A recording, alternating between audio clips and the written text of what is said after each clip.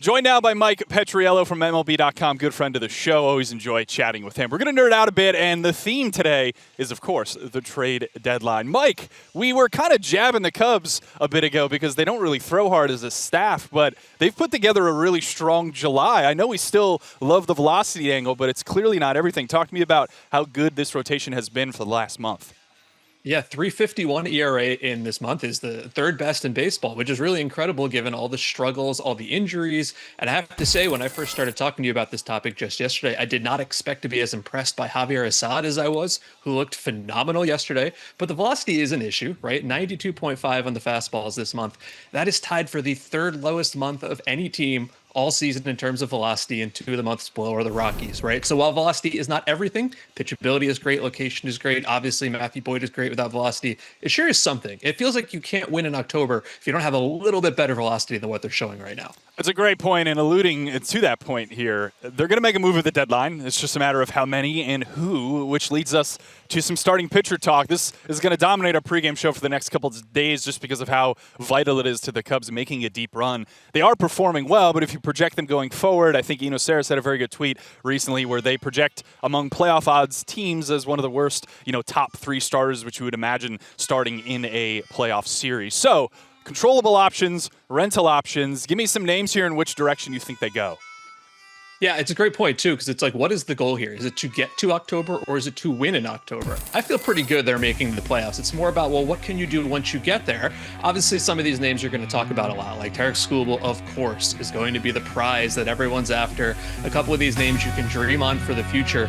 Of the ones that are listed here, I think the one, aside from Skubal, obviously, who's fantastic, I like the most is Detmers. I know a lot of people don't pay attention to the Angels. He's been back and forth between the rotation and the bullpen, but he's been pretty fantastic. Hancock is a name people don't know as well.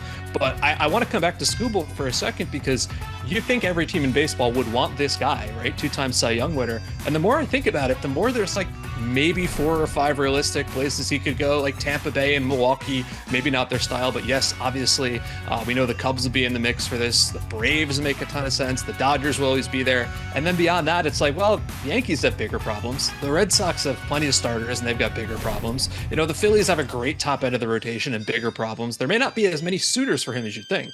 I agree with you. I think one of the key things, too, I tweeted about this yesterday is if you're a GM looking at, the models in terms of the value between, Skubal versus who you'd acquire in a trade, anybody trading for Skubal is going to look at this and go, on paper, this is probably a bad trade just because it's really hard to project how deep you go into the postseason. Most of those series, as we know, are like, the strongest odds you can get are maybe 55 to 60% chance you win a series. So you just can't guarantee the long term. Do you think there's a GM that's going to look at the model and go, I acknowledge this is a bad trade, but yeah, we have to do this despite the fact I'm confident in 3 years we're going to look back and go, yeah, I don't know, probably shouldn't have made that move.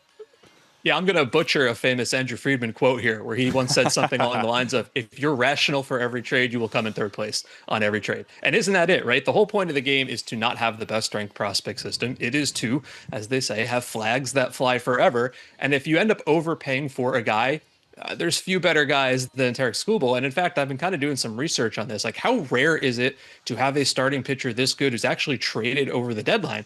And I went back to the beginning, last 10 years, it hasn't happened that much. And what I'm doing now is looking back to when the deadline moved to July in 1986, right? And I ranked all these guys by kind of a combination of ERA minus and FIP minus. And if and when Skubal gets dealt, he is going to be the third best starting pitcher in that season to be traded in the last 40 years. It's really, really hard to find guys like this. And we haven't seen anybody of that caliber over the last 4, 5, 6 years, because we got some late career Verlander trades and some guys having good years at the time. But people love to talk about CC Sabathia. You know what, Lance? That was almost 20 years ago.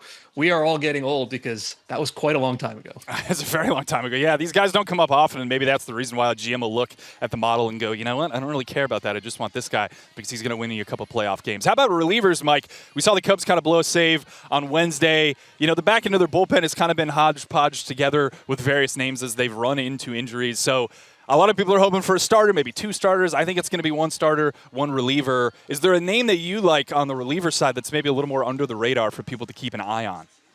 Yeah, that's my favorite part about relievers is everybody wants the big save total or the 105-mile-an-hour fastball, but sometimes the best guys you get are guys you don't know much about. I'm going to give you a name nobody outside of you personally will know, I think, and that's Ryan Zefferjan, who pitches for the Angels, who by all rights should be tearing it down. We'll see what they do.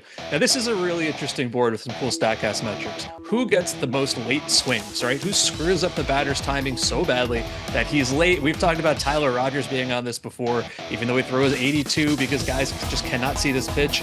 Look at this. Ryan Zefferjan is number 2 on this list, 97th percentile whiff rate. He does have a big walk problem. That will be an issue, but he's also got the really interesting four-seamer where he's got no homers on it this year, just 4 extra base hits. And as you know, probably better than I do, Lance, he's got a really interesting cut right shape that the Cubs have really seemed to lean into.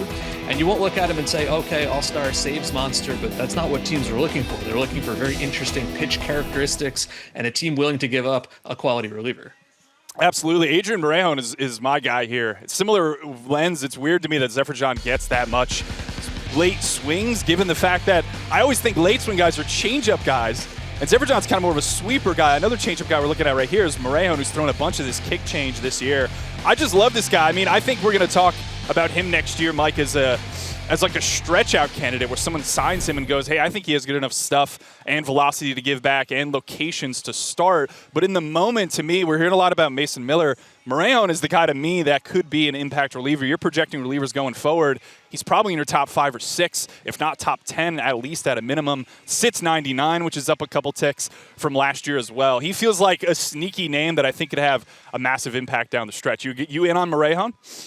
Oh, 100%. Yeah. And I love the idea of potentially making him a starter type. Like, I don't know, Ryan Weathers has kind of gone back and forth as a similar comp. The only problem with this is people will say, well, he's not Mason Miller, so how valuable could he be? I have no idea what the Padres are going to do, and neither do you, right? Part of that's because AJ Preller is always unpredictable. Part of that's because they're going through an ownership transition. Like any minute now, this is going to be finalized, and that's going to be a whole new thing. And part of it is after like 3 months of being the worst offense in baseball, they've actually been playing well for the last couple of weeks. They've been hitting the ball. They've been leaning into a very Tigers style of pitching chaos where they don't have any starters. They're leaning on their bullpen, so they can't really buy and sell. I don't think if they're going to try to stay in this, they have to keep all of those relievers, and I'm starting to think that might be what happens. I agree with you. Yeah, Preller's gonna Preller, as people say in the industry, and that means we have no idea what he's going to do because he seems to surprise us every year. Mike Petriello, I'm excited for the deadline. Excited to see your analysis and which trade you like. Thanks as always for taking the time to talk with us. Thanks, Let's.